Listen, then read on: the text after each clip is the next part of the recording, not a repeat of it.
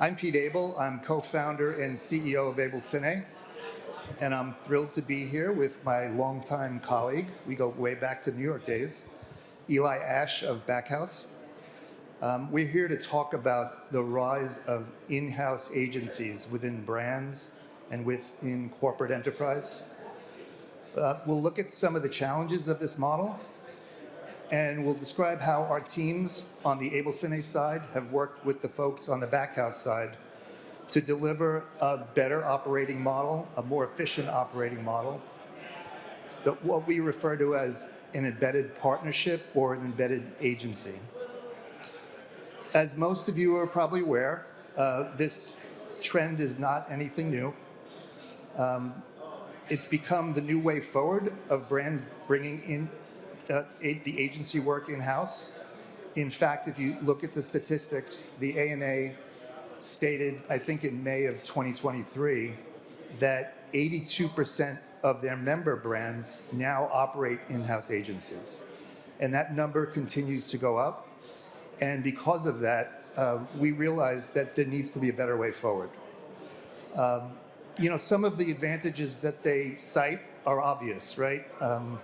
Cost savings, greater production efficiencies, more creative control, faster production throughput, and probably what I think is the most important of all, Eli would agree, is the overall brand alignment that happens when your creative team is in-house.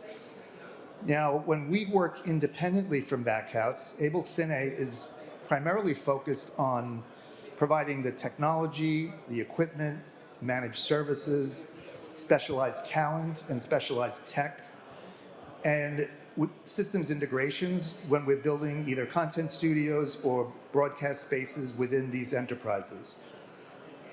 Now, when we work together with a production partner like Backhouse, the dynamic's very different because our tech side of our brains are married with the creative side of the Backhouse brains. And when we focus together on a client, we can look at their inherent challenges a lot more holistically. And when we do so, we're able to devise something a little bit more systemic than just solving one problem at a time. And the results of that we've seen, and we continue to see as we are embedded into more enterprises, is a higher level of consistent creative output, while at the same time, the overall efficiencies increase, and we maintain a focus on the economic bottom line. So before we get into that deeper, I'd like to bring Eli into the discussion. And Eli, we go back to New York days. And could you describe a little of your history, not to, date you in any way, but you've been on both the agency side, you've been on the production side, and you've been doing it a long time. So can you talk a little bit through that? Yeah, definitely. So I've been in production for a little over 20 years, and I've had the privilege of working creative production and post at a bunch of different small and large companies, production companies, agencies, entertainment studios, you name it.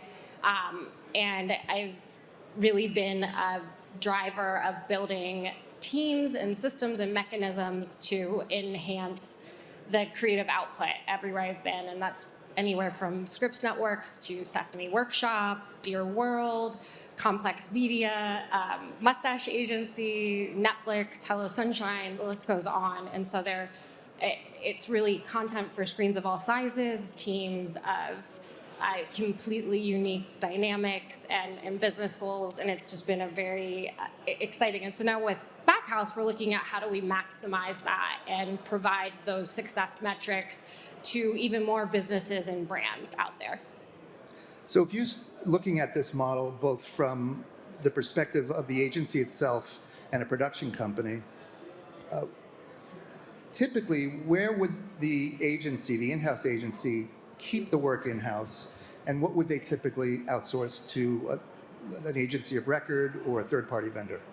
It would typically be the roles that require that institutional knowledge and are also across everything that the brand or organization is doing. And so that's creative direction, strategy, really anything that's about the core of the business at the end of the day. And then the externalized roles wind up being those executors, the ones that are actually taking it from concept to creation. And those are specialized roles, and it can sort of vary depending on business and need, but that's where the chokehold happens.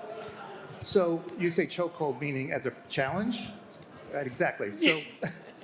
So if it seems on paper that you either keep it in-house or you find partners to outsource, but why are there still challenges if the model seems so clear between those two choices? Yeah, I mean, to be brusque, I think it's an antiquated model that comes with a lot of layers and fluff and a lack of cost transparency and expense that we don't really have the pace for anymore. It slows things down. You create multiple layers of communication needs or approval needs, and it winds up being part of like a greater game to navigate that rather than focus on what we're actually here to do, which is to create great work and to do it efficiently and effectively. And so I think of, there's two ends to that extreme, like trying to do it all in-house, but then not having the overhead or the expertise for every single output and multitude of content that you need to create. And then you've got the other extreme end where now you're trying to scalable with vendors, but they can't move as quickly as sometimes your content needs do, or at the speed of technology, to be cheesy. And they aren't able to pivot without there being large cost parameters, overages, all the things that I'm sure people in this room are used to. And from our tech side, we're seeing that the deliverables or the types of content being created are now ranging from always on social media, a lot more live broadcasts, a lot more live social, podcasting. So all of these new forms of media, from my perspective, Abel's perspective as a tech company is, well, how are these companies going to innovate when they're just trying to be creative, right? And so where does the embedded model that we have sort of identified, why is that more beneficial from your standpoint? Yeah, I joke that it's like the Little Red Riding Hood approach between the two extremes, where it's about creating a synchronized system with embedded players that feel like they're a part of the broader team. And so we're able to move quickly because we're developing workflows, systems, techniques, communication channels. We're adapting the culture of the business. We understand the greater business needs. And frankly, we go in with radical cost transparency. And so we're very open book. This is where we make our money. This is what our margin is. And we're happy to share the backup along the way to just say, hey, this is how it's being spent. This is how we're utilizing it. Backhouse is not an agency. No, we're not an agency. Right. We are an embedded partner. Let's talk quickly about our work together with Hello Sunshine. Yeah, so Hello Sunshine has been a really fruitful endeavor for me. I've been working with them for the last year. And there's a multiplicity of content that they're creating as well. It's a really brilliant business model. And one of the things that we did last year together is their tentpole event, Shine Away, which happens on the Universal Backlot in October. And it's a 3-day event with hundreds of media types and assets. So we have content that's promoting the event, content playing on various screens throughout the event, content captured at the event, content following the event, every type of codec, camera you could imagine. And we worked with AbelCine with a deep, deep level of trust and partnership to devise how are we going to do this, create all this stuff in real time, and then also get through the barriers of review from internal and all of the heavy players within Hello Sunshine to brand review to talent review, and still turn this all around in real time. And so we were able to build out an on-site Nexus server. I was able to sort of handle the full umbrella of end-to-end workflow and then snap in really just fantastic talent from AbelCine on the post-execution and technological side, and also with equipment. And they gave us a really great deal, the friends and family discount. And we moved as one through that weekend. We delivered well over 300 assets in real time in 2 days, and then another few hundred after that for the next 2 weeks following. And that's anything from what you would see on like the public-facing Hello Sunshine brand pages, but we also had a ton of like buy-in from different like very large brands or studios or enterprises that we created bespoke content for them as well, and then tons of talent that also then all wanted their their content themselves too. So it was It was complex, and what we've learned from being in the cinematic multicam business, part of Abel's business is the rental production services. So we're live on live productions, whether it's music, performance, comedy, but more recently, a lot more live corporate events in which they're large budgets, they're tentpole for that customer, whether it's a Blackstone or a ServiceNow. They could be corporate earnings reports. They could be large events like Hello Sunshine. And we approach that just like we approach any multicam project.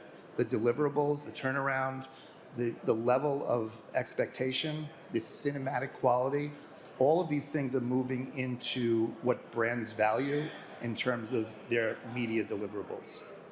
So let's leave the audience with a final thought.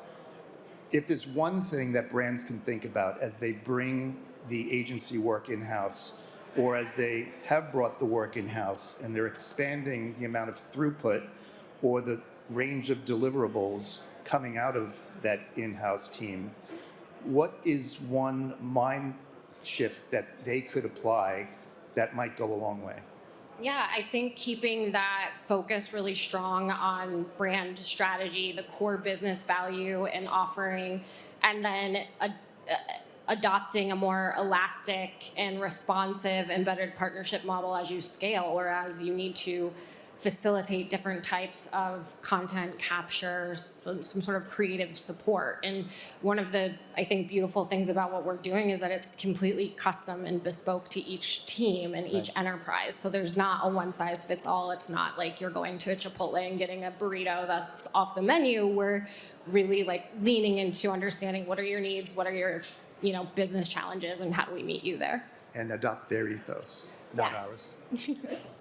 Thank you. Thank you all.